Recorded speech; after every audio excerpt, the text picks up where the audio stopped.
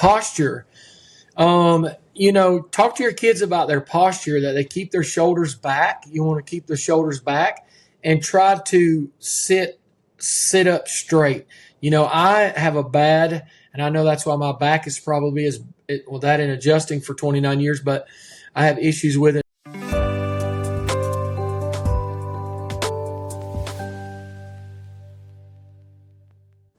Hello, everybody. This is Dr. Michael Heskett with Coffee with the Chiro. We have Caroline here. Hello, everybody. And we are excited to have y'all on another episode of Coffee with the Chiro. We've been rolling right along here, Caroline. We've had some very good episodes, and I'm getting some great feedback. Yes. And today you were not with me the last episode because you had some eye issues, but now she's back and she's healed up. Praise the Lord. Her eye is better, and she is with us today. So before we get started, I want to remind y'all, Heskett Family Chiropractic, we have a special right now for $47. All you have to do is pay $47. You can come in the offices. We have an office location in Morristown, Dandridge, Rogersville, as well as Straw Plains, Knoxville. You can come in any of those 4 locations and get your exam, consultation, x-rays, as well as your first adjustment for $47. All you have to do is mention that you heard us right here on Coffee with the Chiro, and you will get that special, Caroline. So good. Well, I'm pretty pumped about the topic that we're going to chat about today because we are now in the first full week of all of my beautiful children being back to school. So I remember this. Very well. Now I have 3 in college and just 1 that's driving in 11th grade, which she's at extended session at Water State this year. So that's kind of a blessing. But I remember when school started back when they were 8, I guess they were 10, 8, 6, and 3. Well, Reese wouldn't have been in school there, but you get the point. When they all 4 were in school and summertime was over, kind of where you're at with your 3 kiddos. So how exciting is it to drop them off at your local school system? Listen, I love them so much. We have had a wonderful summer. We have done all of the things, checked all of the marks off of the to-do list, but we just thrived so much better in a routine and schedule, and they're ready to see their friends. At the end of the summer, everybody's schooled out, all of the things. And so I think we were all excited to see this week come. Yes. It's almost like company. When company comes, you're so fired up to see everybody. And then when they leave, you're so fired. Hey, goodbye. Don't come back for a while. But just saying, only some company. But anyway, you know how it is so exciting when they're back to school because you get into a routine. And we're going to talk about some things today that we feel like would be beneficial. Just a checklist, like a reminder, so to speak, of being back to school. The first thing, due to the fact that, Caroline, I am a chiropractor, so chiropractic first, drug second, surgery last, and this is a chiropractic podcast. So the number 1 on the list today is have your kids checked for subluxation. Amen. So I want to break this. By the way, I did see your beautiful youngins yesterday. They have backdoor access. They run in and pretty much take over the place. They know where the sticker drawer is and the whole 9 yards. But they all came in looking good yesterday in their school outfits and whatnot. So they get their spine checked on a weekly basis. Why would anybody do that? Why would you want your kids checked for subluxation? I remember when my kids were small, Marjorie would bring them to the office. We had a special day. She tried to convince me to do it at home, but I just got off another podcast with Dr. Matt, and there's an energy, there's a life flow, there's an atmosphere that happens at the office. It's a very healing atmosphere. So I always encourage Marge, however hard it was, to get them out of their car seats and run them in the office and interrupt our daily flow. I also wanted the patients to know and see that our kids, the same thing that we're giving them, we give to our own children.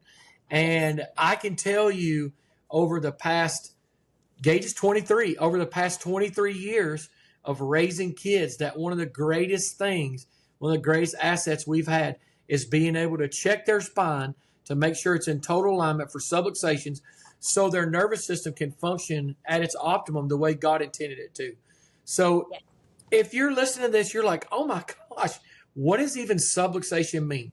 Subluxation is when two vertebrae misalign and put dangerous pressure on the nerves.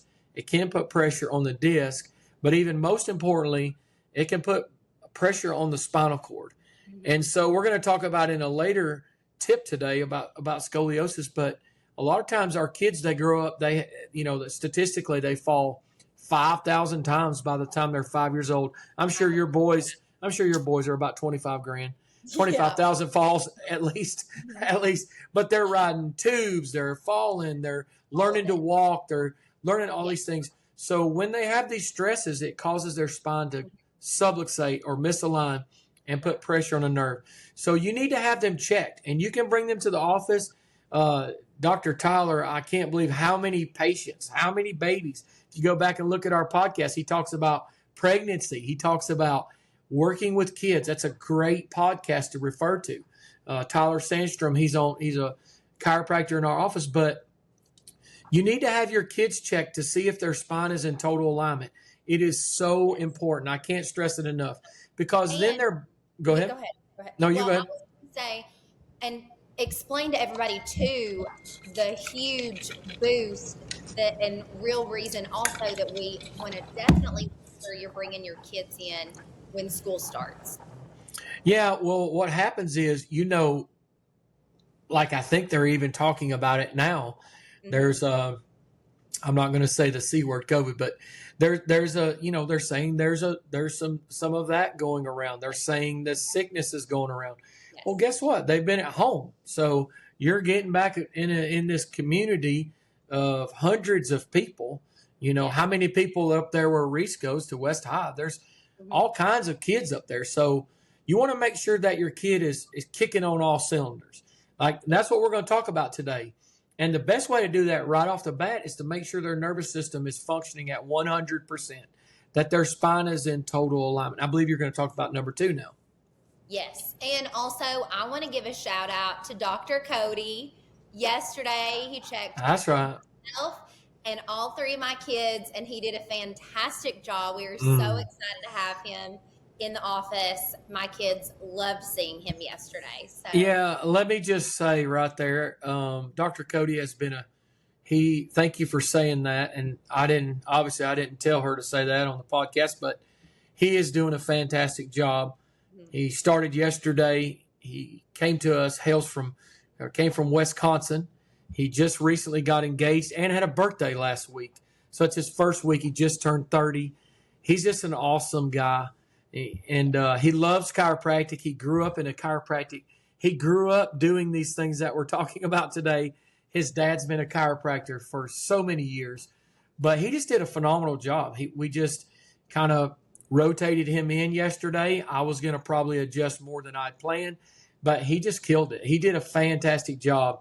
And so we're excited. If you have a chance, Dr. Cody's going to be in the Morristown location and then primarily in the Knoxville Straw location.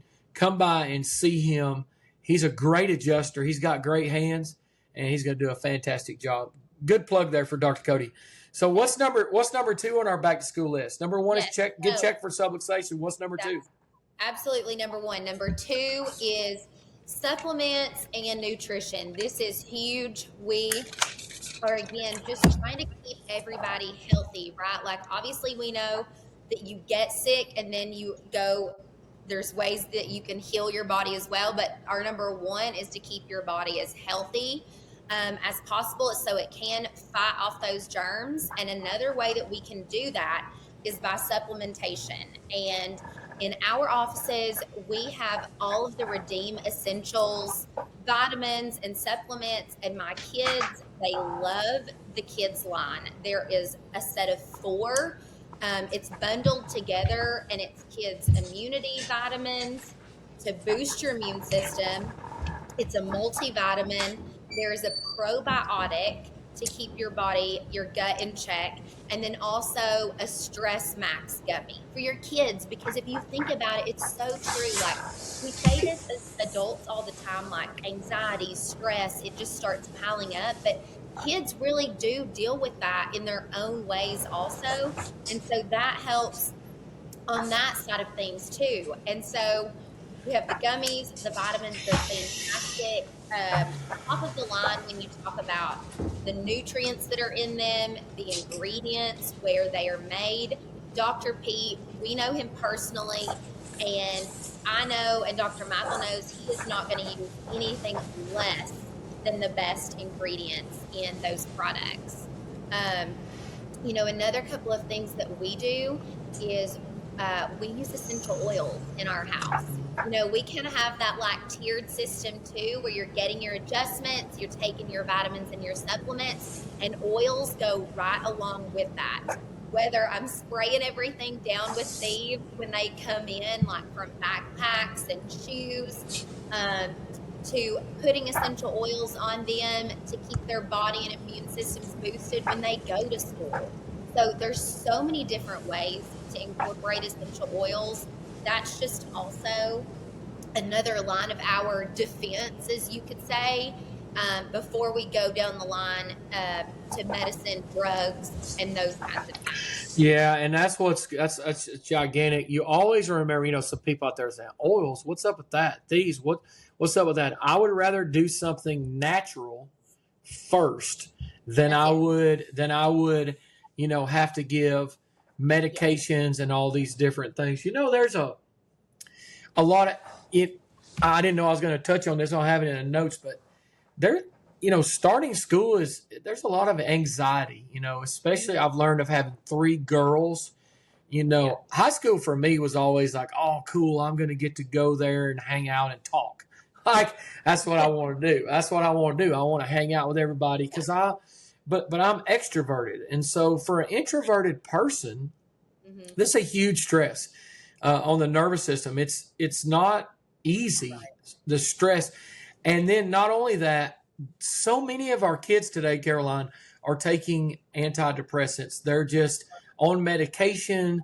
They're on things that is just unheard of when I was a kid.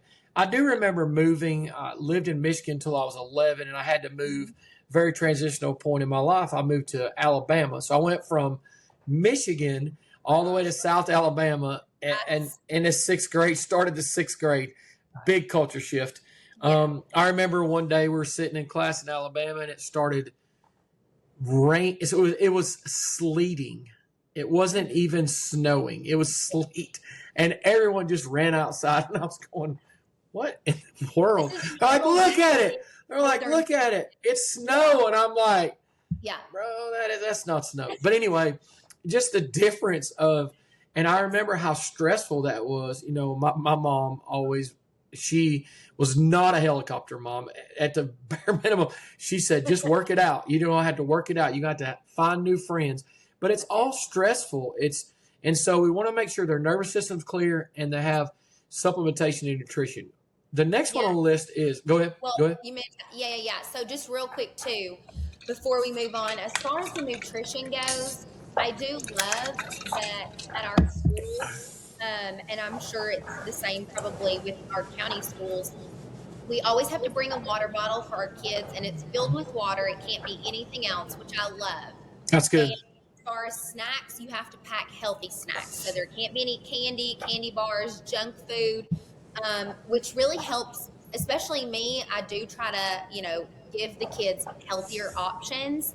And again, it's just being responsible and smart in your lunch decisions, even for your kids. I mean, they can have, a gluten-free pretzel or a pirate booty or some kind of carb, but then also pack it with protein, pack it with beef sticks or, meat, something like that. And then also throw those fruits and veggies in there. Like, my kids will tear them up. And again, it is all about moderation. I for sure am, and they will ask me to make sure that a chocolate chip cookie is in their lunchbox every day. And it is, but it's the ones that I've made. So I know the ingredients that I've used and what it's in there, but I feel better feeding them that. It's good nutrition. It's very low processed ingredients and foods. And I'm telling you, you talk about, the medication that kids are on and the anxiety that they can feel. Foods feed that. The Mm. food that you put in in your kids' bodies, that fuels that anxiety, or it can, and it fuels the restlessness and the amount of energy if you're putting all these dyes and these processed foods in their bodies. And so for me, I just feel like that's just another way that I can help them function at their best and learn and enjoy their day at school when I feed them healthy foods with like seriously good quality ingredients. So do you do prepping? Because I mean, I know life is busy. Ryan, with his job, and then you're with the kids, so Yeah. you're running back and forth with TCR, and we got podcasts and Heskett Family Chiropractic Marketing. So, like, how does anybody do that? Like, do you set aside a time to do that, or? Yeah, so prepping is huge for us. It's just a way that we can set up for success, and a way that I can ensure we're not running through some drive-through every day. So I try to do all of my work, whether that's office work, TCR, housework, you name it, Monday through Thursday. And then on Fridays, when the kids go to school, it's like I run back to the house and get as much prep work done as I can, whether that is just cutting up fruits and vegetables and putting them in the fridge so kids can grab and go for snack options. I can grab and go for lunchbox options. We make immune shots, like juices with all kinds of healthy things added into them. And that's another great way that I can sneak in celery, cucumbers, tomatoes, carrots. They have no idea that they're in there, and they just think it's juice, with Mm, breakfast. mm. So that's huge. And then also just some different breakfast options, whether it's protein muffins or overnight oats, anything that's just grab and go that we can make ahead. And I do the same with freezer meals. Like I did that the other week because I knew school was starting, and I made 12 freezer meals in one day. It was super simple. And that way, when and we'll talk about busy schedules and stuff, I know that's an easy, healthy option. Dump it in the crock pot and it's good to go all day. And just That's awesome. like that. Yeah, just to, you have to think ahead on some of those things, but really in the long run, you save so much time, so much money, because like I Hmm. said, we're not going through the drive-through or takeout. And we feel better because we're eating better. Right. Remember that God designed food. Hmm. Food is fuel. Like, Yes. and Yes. so when we, with the kids and ourselves, if you eat something and you don't feel better afterwards, it's not fuel. It's Uh, not fuel. Like you should, and you've never, went down here to one of these fast food joints and grabbed a cheeseburger and ate it and been like, oh man, I feel like going for a run. yeah. You don't do that. No, Like, no, no. you don't do that. So just keep that in mind. You are what you eat. And when you put that in your body, like you got to pay the consequences for it. Yeah, Moving right exactly. along. I'm going to do real quick on this one for Okay. time purposes. Okay. Proper backpack position. This is So, good. so we want to make sure, your spine is your lifeline. And so when you hook that backpack on, first of all, the backpacks are crazy now. Like I look at Kendall, she's small and she's Yeah. putting this backpack on and I'm going, you're not going to make it. It's So it's bigger than just more, it. right. So, you want to try to keep the weight to as much as manageable as you can. But the bare minimum, tell your kids, square up on that backpack. Get that backpack around them. If there's a chest strap, I've noticed this too from being in the airport because I'll carry a backpack. You want to use that clip. That clip will take a lot of the pressure off your shoulders Okay. and disperse it properly. So make sure the kids got the backpack. They're even. I mean, I know it's the cool thing to carry it on one side. That's how we used to do with the old JanSport back in college. Can't. None of y'all know about that. But the JanSport, it was the leather on the bottom. Yeah, Throw and go. Throw and go. It put it up on the shoulder. Yep. So you want to be equal, because what that's going to do is going to cause a shift in your spine, which is a small thing, but a giant thing when it comes to pressure on your nervous system. So do you wear them? You know how like now also, do you wear them low? You know how some of the kids, are you supposed to wear them low, or do you want them to pull their straps? Yeah, you want them up. You want the backpack up, and the strap itself, should be coming all the way over into the front. I should have actually got one and shown you. And clip that front piece if it has it with it. It just disperses that weight across your chest, your shoulders, and takes it off of your back. But really the main thing is watch that, because you're going to create, you're saying, what's the big deal? Well, if a kid goes to school for 12 years, yes, and he's got that backpack on the right shoulder, it's just like anything else. Over time, like you use a wallet on the right side. Wallets are kind of a thing of the past now, but you have that wallet on the right side. I mean, over years and years and years, if it wears a hole in your jeans, imagine what it's doing to your spine. So if that long-term use like that, you want to really watch that. Number 4, I'm going to let you do is sleep and routine. So talk a little bit about that. Yes, sleep is huge, especially for children. I know it can probably get more difficult the older that they become, but it is key to them being able to function at their best the next day at school. And also, I know it sounds so weird, but it really does go hand in hand when you're talking about sleep and staying healthy and keeping your immune system up. And so for my kids, I know it can get a little tricky too when you've got sports and ball games happening. But realistically, for my boys who are 5 and 6, it's 8:15 to 8:30. Like they're in bed. Their little bodies need that energy. I mean, you're thinking 8:15 to 8:30, and then they're up by 6:45. That's a good 10 hours that they need. And Dawson, she's in 3rd grade, and so I might give her like till 8:30, 8:45. But again, like, they want to think that they're older than what they really are, but they really do need the sleep. And when I go to put them down, they're out. Like, and it goes for us too as parents. Like, I know as moms, it's really difficult because that's like my couple of hours of peace and quiet once I get the kids to bed. But I can tell a huge difference in like emotions and energy if I stay up till midnight versus if I'm like, no, 10:30, just cut everything off and go to sleep. And so sleep really is a big deal when it comes to back to school and being in like the healthiest version of yourself. Yeah, rest is so important as far as your overall health is concerned. And when our kids were little, I was raised that they almost said it's adult time, They're like, all right, kids go to sleep, it's adult time.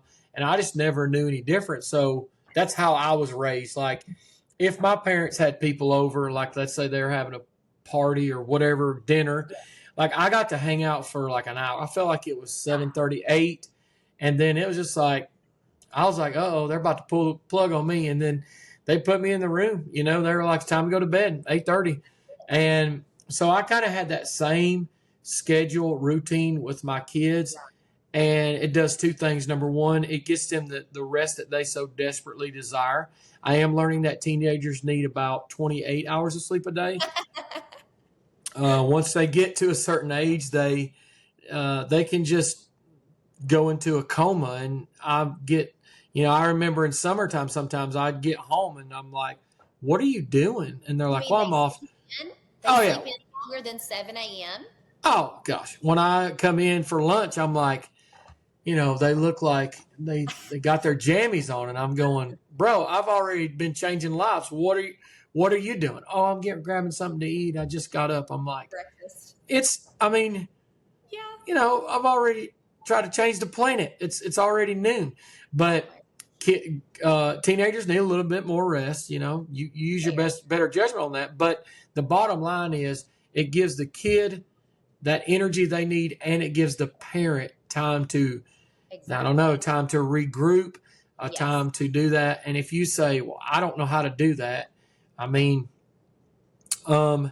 we had some great teachers when our kids were young, but basically we'd put them in the room, and then if they just lost it, and first of all, we started very, very young. If you still can start at a young age, then it's easy. But if your kid's 7 and then never went to bed at 8 o'clock, they just stay up to watch the late night news.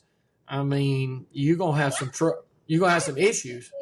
When you start it, even at 7, 8, 9, 10, if you're consistent and you give it like a solid week to 2 weeks, they're going to figure it out. Like they're going to figure out that this is the only option. And also they're going to feel better.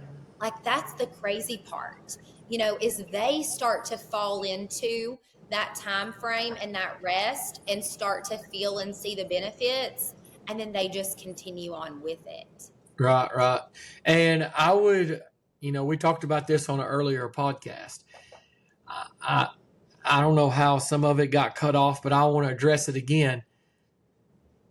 The cell phones, like when they go to bed, like they got to put it in a basket or whatever, and they got to do that. And everyone said, you made your kids do that? No, I said we did it for a season, and I stopped doing it, and I wish I would have stuck to that. So really, when that kid takes that cell phone to bed, you don't make good decisions. When you get a teenager, you don't make good decisions at 11 o'clock, 12 o'clock, 1 o'clock in the morning. You're looking at things you're not supposed to look at. And then there's the whole thing. You're not even supposed to be seeing a screen after it gets dark. What Dr. Terry Harmon talked about, blue light, and how all that affects it. So just try to get a sleep and try to get a routine. Okay. All right. Next, you go for it next. Posture. Talk to your kids about their posture, that they keep their shoulders back. You want to keep the shoulders back and try to sit up straight. I have a bad, and I know that's why my back is probably that in adjusting for 29 years, but I have issues with it. But going forward is a thing, like text neck, having a good posture and holding your chin up, your shoulders back is so gigantic. Mm-hmm. I'm not a fan of school desk. I'm just not. They're not chiropractically recommended as far as I'm concerned. Just because man designed a desk doesn't mean that our kids are supposed to sit in it for 7 hours. Yes. I don't think it's actually, since we're going back to school, this is my own personal theory. I think some of the best learning, every kid is different, is done orally. Like it's not sit there, I'm going to talk to you for an hour, now take a test. That's not how I learn. Yes. Yeah, I'm not that type of learner. Yeah. I'll go back to my chiropractic days. I had a hard time with paper written tests. So I really had to go. But when we had clinicals, oral, like you walk in and in chiropractic school, I look at the guy over here that's got a 4.0 and he is sweating and shaking all over. And I'm like we're just doing some cranial nerve. To me, I'm going, if I can talk, through the test, I'm like, this is going to be easy. Yeah. To me, it was just like, because if I said, what is this reflex? And I hit the knee, I'm like L4, and the doctor went like this, I'm like L5. Like you have a chance to fix it when you're speaking. Yes. But I learned the material better. I tested better.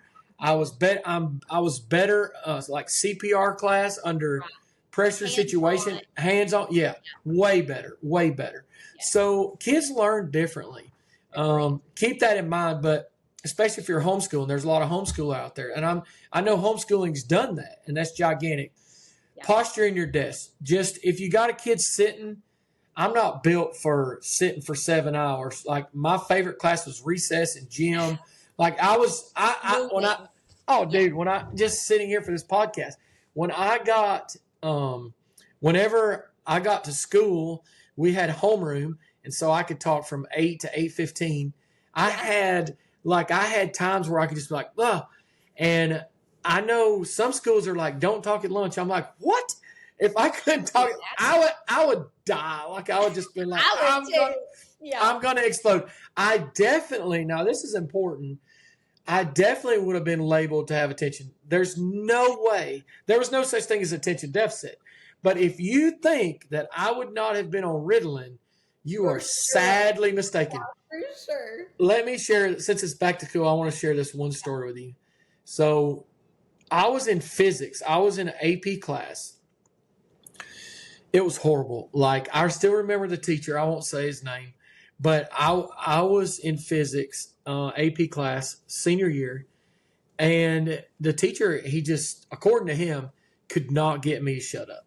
He could not get me to be quiet. So he called my mom and my mom to school. I'm 17, and I won't repeat because it is not for talk radio. Like, I will not put on Coffee with a Chiro what my mom did. But she came up there, and it was me and the teacher and my mom and my dad. Of course, my dad he's just sitting there. He knows. But the teacher's like, Michael won't behave. He won't be quiet. I can't teach. He's interrupting. Well, I see my mom. He doesn't know my mom. I see her neck getting red. Like, I thought she was going to take off her shoe and start whipping me right there. But she just holds it in and holds it in. And, you know, when he gets done, this is the difference between parents then and parents now. Yeah, right. She said, is this true? She looked at me and she said, is this true? And I said, yes, ma'am. You know, he's pretty much telling the truth. And my mom said to me, beep, beep, beep, beep, beep. You know, if you don't sit down and be quiet, I'm going to come up here and beep, beep. I mean, and the principal is looking like this. And she goes, if this continues to happen, I'm going to sit in class. Can you imagine your mom? I'm going to come up here and sit beside you in your senior physics class. I was horrified. I was like, no. So, I mean, it's just, you know, it's different for each kid. And so we have to be open to that. It doesn't mean that I was sick. It just means I learned differently. Yeah. So going to the next one is 6, having an open line of communication the first few weeks of school. Talk about that, Caroline, and just how you try to have an open line of communication with the kids. Sure. I mean, it starts with the parent, right? Like, you have to facilitate these conversations. For me, I love it because I'll pick them up from school, and for my kids, Dawson wants to be like, we did this and we did this and we did this, and I'm like, yeah, give it to me. Give me all of the things that you did. And then the boys are totally different. I'll be like, Carter, what'd you do at school today? I played. What'd you play? I was at recess with Bentley, you know. I'm like, so with those, you know, and the kids that are more like not as forthcoming, you do have to get creative in how you talk to them and ask questions. But I think the most important part of that is that your kids see that you're invested in them. You're generally interested in, what did you do? Did you have a great day? Like, or maybe you didn't have a good day. Like, why did your day stink? What happened? Like, how, you know, as your mom, how can I help? And I think just having that open line of communication and telling them, you know, especially now, Lord Jesus, Dawson's getting older, it's 3rd grade, you know, girl drama can always be a thing. And I just tell her, like, listen, no matter what it is, I want you to come talk to me, or your dad, Ryan, is the exact same. No matter what it is, good, bad, and different, we just want to hear about it and know about it. And she's really good. Like, she will even say, hey, this happened. I don't need your help. I just want to tell you about it. And I'm like, wow, okay. But if for sure, I'm like, now listen, if I need to step in, some of the things, let me know. Some of the things they tell you, I mean, we did public, you know, we start, oh man, we at the dinner table, which runs me into the next one. I'll combine it. We have family dinner time, and you want to have that family dinner time because I remember, everybody's like, "Oh, it's so old fashioned." There's something about breaking bread with your kids, and tell me a win today. My coach Camiolo, that's what he says. Give me a win. So we're like, "What'd you learn at school today? Give me a win. Tell me." Well, a lot of times we were asking them, "Who'd you bless today? Tell me somebody that you blessed today." So they're actually thinking of, and they say, "Oh, well, so and so dropped her book," and whatever small thing it is, or so and so was sitting at lunch and I went over and talked to her. Nobody talks. Like, I'm telling you, like, it is huge, that family dinner time, that connection time. And ask your kids, a lot of times they tell us things that I would never tell my parents, but my kids tell us, but it's how you react. It's like when they say, "Hey, so-and-so said this today at the class," I'm like, "Really?" I'm going, and inside I'm going, "Huh? What?" Yeah. Oh God. They said that, and you're in the 8th grade. But I'm saying 7th grade, 8th grade is not the same. It's not the same. But they had an open line. What does this mean? Yeah. How come this? What does this mean? Now, I go in the bedroom with Marge. I'm like, "Can you believe that?" But when I'm talking with them, I don't embarrass them or say, "Oh my, that kid's going." Don't ever say that again. Like, I just don't. I don't want, because let me tell you something. If you think they're not ever going to hear it, they're going to hear it. That's the society we live in. If they got a cell phone, they're going to hear it. And there's no way you can stop. You can try to stop it, but ultimately they're going to be exposed to it. So I would rather them talk to me and communicate with me, have family dinner time, and be able to do that than I would just learn from someone else. That's it. Yeah. I want them to learn from their parents, the people that love them the most. I want to share this too. I didn't know I was going to talk about this, but then I'll let you talk about that. We just got a couple more. We're done. Yeah. And our girls knew at a very, very young age, the only way that they could go on a date with a guy is if they talk to me. So there's just no exceptions. There's no and we didn't even talk about dating really until later years of high school, because I was like, in middle school we just didn't do dating because it creates this, I'm going with Bill, and then Bill breaks up and goes out with Sally, and then Sally's, it shows, hey, I'm dating someone.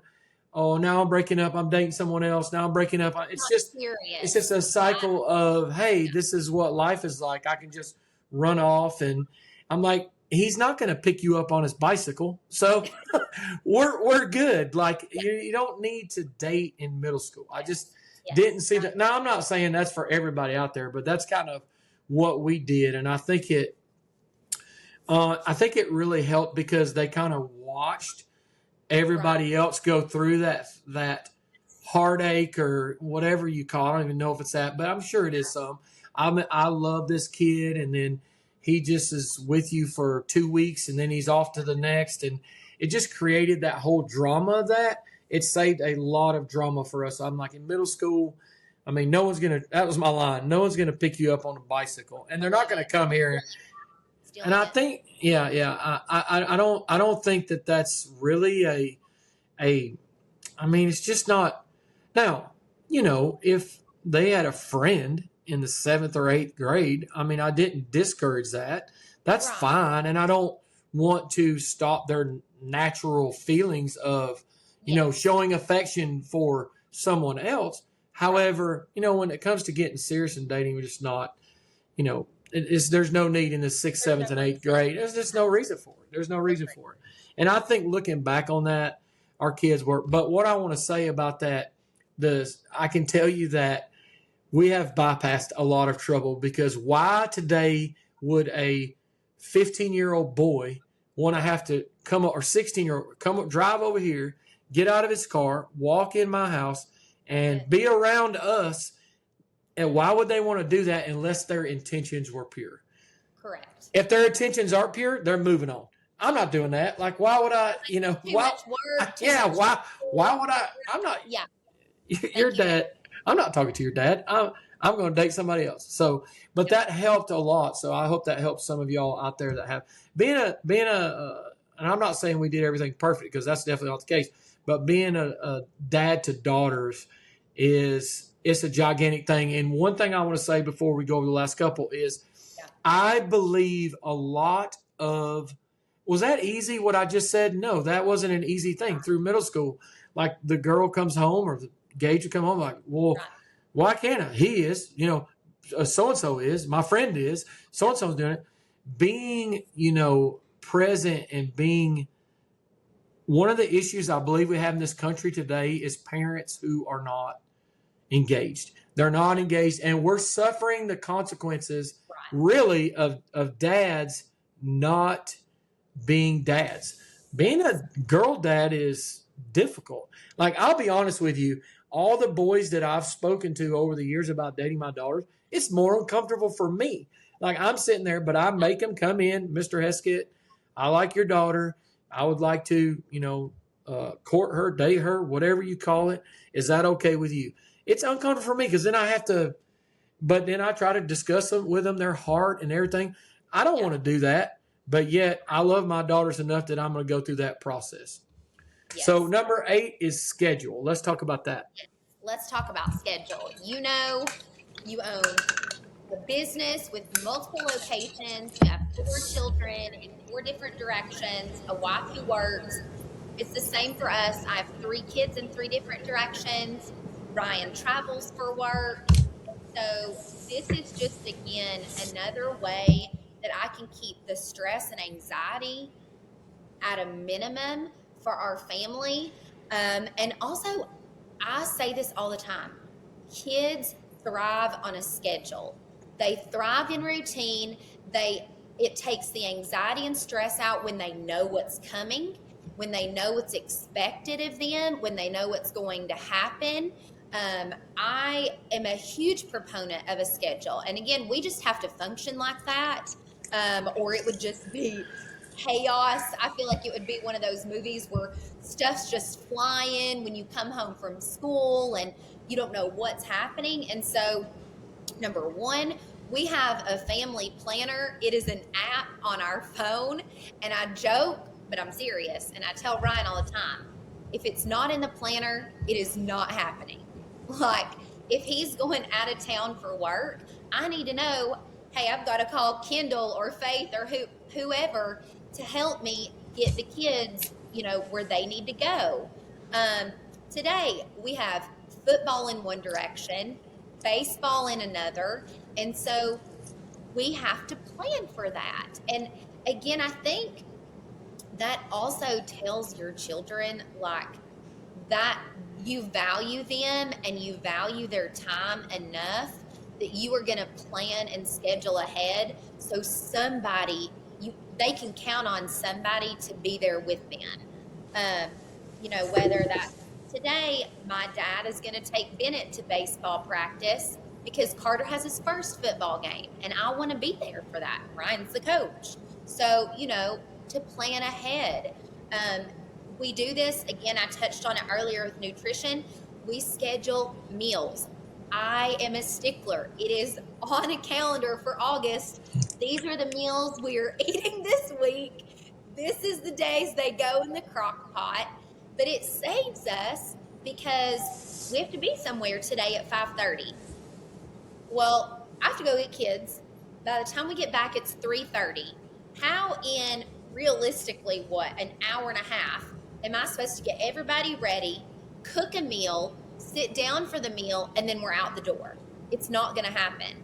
But if it's in that crock pot over there, we can sit down, eat together, which, again, I'm a huge proponent of, and then we can go off in different directions.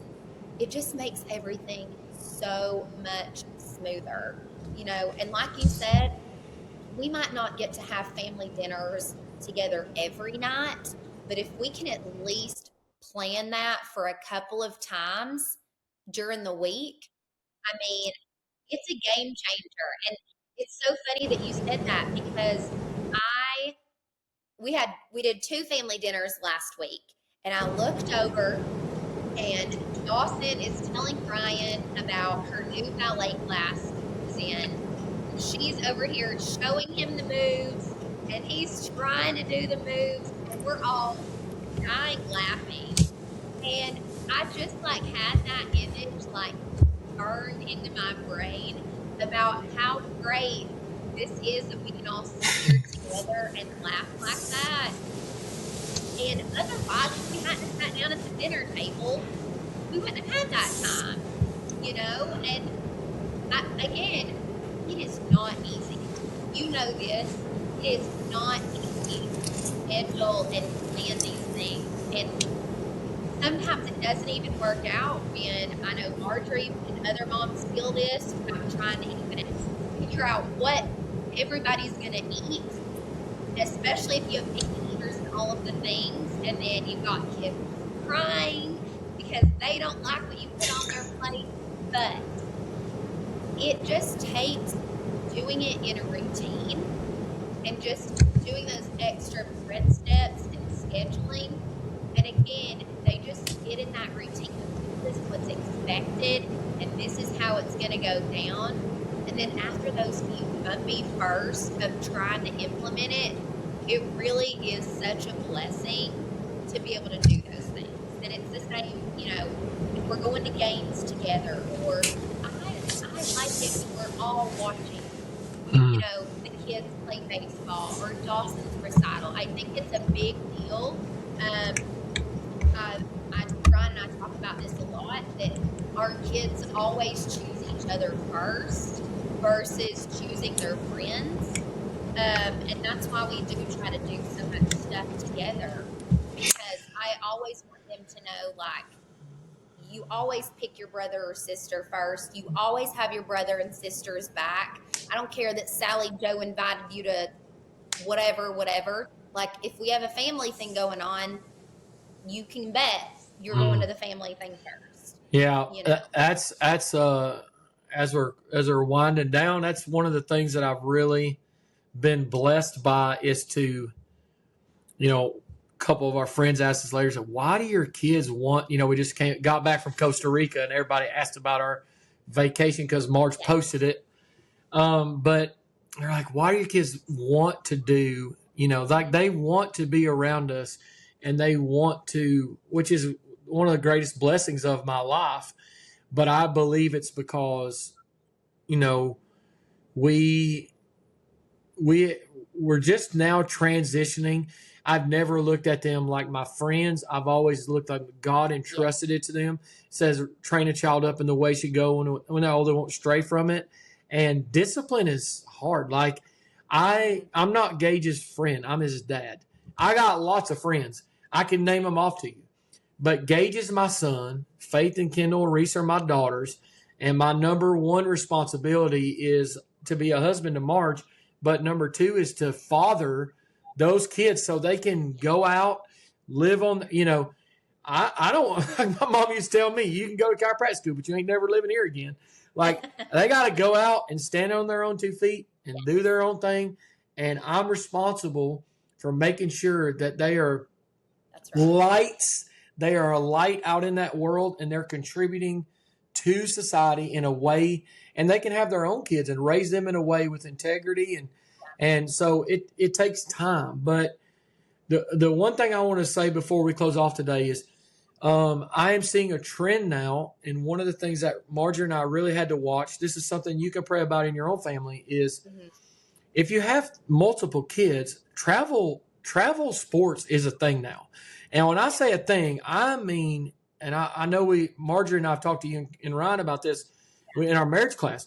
You just have to be very intentional about your decisions with travel ball. You do not want to, like, if you have one kid, you know, fast forward, don't listen to this section. But if you have 4 and you're trying to keep up with all that, it's a lot. And statistically, professional athlete is not in the cards. To give you an idea, in this area, you know, Little Man Stewart. That's it. I mean, I I guess over in Jeff County, you had the Collins boys. But over years upon years upon years of all the athletes, hundreds of thousands that have gone through these schools, there's just not very high percentage. So when Gage wanted to play baseball, this is another hard decision I made as a parent. I'm like, do you want to go to the lake? So our whole family is at the lake, Lake Lure, and wake surf, or do you want to play baseball? Well, we brainwashed him. He was like, I want to go to the lake. So guess what? I wasn't sitting outside. Do I want to see Gage play baseball? Yes. Do I think he would have been good at it? Sure. But I made a decision there for my entire family because I didn't think it was fair for Faith and Kendall and Reese to sit there all day, every weekend, watching a baseball game.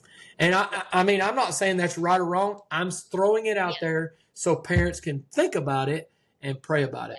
Perspective-wise. Yeah. The last thing we have is scoliosis. Make sure you get remember we talked about at the beginning, subluxation. The last thing I want to share with you, scoliosis starts young, Caroline. So it is essential that you bring your kid to our office. We'd be more than glad to check them to see if their spine is in total alignment. So scoliosis is a thing. People grow up and they have scoliosis, and the longer you wait, the more difficult it is to correct. So I just want to encourage you, and I'll even tell you a way that you can do it. You can have your kid pick up their shirt in the back, and you can have them bend over, and the spinous processes, you should see them line up. The little bumps all the way through the spine, from in the top of the neck. You have them bend over. They can kind of crouch all the way down to the waistline. They should line up. If you see, a curvature in there, that is the start. And you need to bring them to the office. And I said at the beginning, it's $47. You can get their spine checked for $47. Mention the podcast, and we can do that for you. It's been great. I love it. I love back to school. I think this has been super helpful. And before we go, I just want to say that, especially now and everything that's going on in the world, I know so many parents get so scared or nervous or, all of the emotions, because it is a lot to be a parent of children in today's world.